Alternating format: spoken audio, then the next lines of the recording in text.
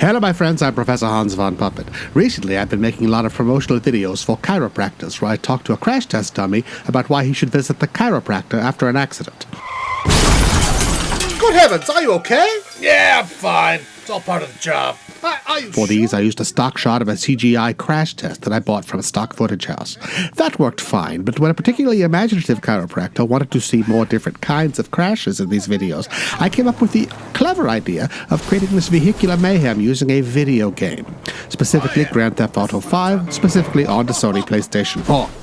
Now, I'm a late adopter of these console systems. I had a Wii and a GameCube, but before those, my last gaming system was an Atari 2600. That's the one where you shoot at squares with other squares. But the level of realism in GTA's world, built for the mayhem of stealing and crashing cars, is breathtakingly beautiful. I've now played through every mission in the game with great satisfaction, but perhaps not for the reasons you're expecting. Sure, GTA, in all of its incarnations, celebrates and rewards all kinds of violence and misogyny. I have killed literally hundreds of police officers and civilians.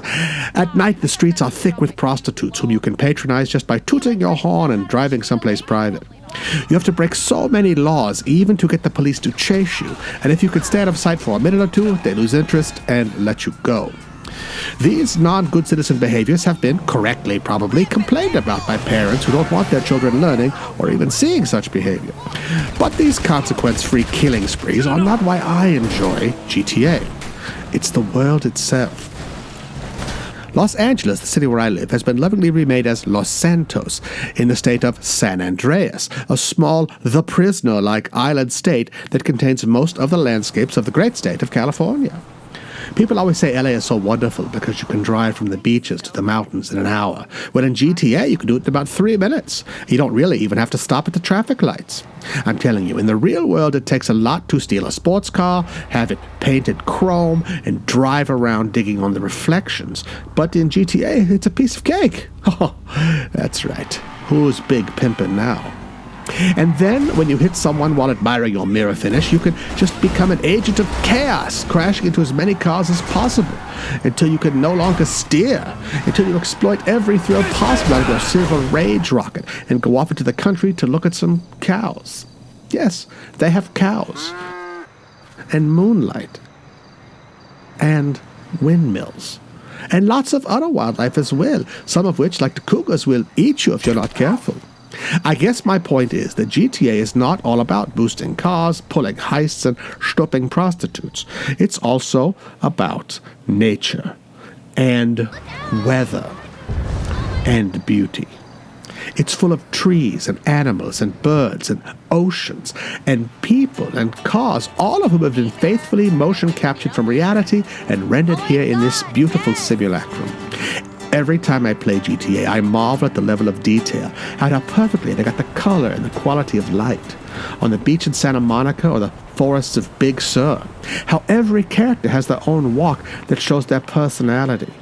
You walk down a street in GTA and think, someone had to design every inch of this building and every inch of this signage and get it all perfectly right. But then again, they had to do that in reality as well. And the weird side effect of all of this is it's made me see Los Angeles itself differently. Just as I notice in a game how realistic and detailed some street in Beverly Hills looks, I notice in the real Beverly Hills how vividly the world looks like itself. GTA has made me see the real world around me more vividly and with greater appreciation of its rich detail. We are surrounded by beauty all of the time, though we may not notice it.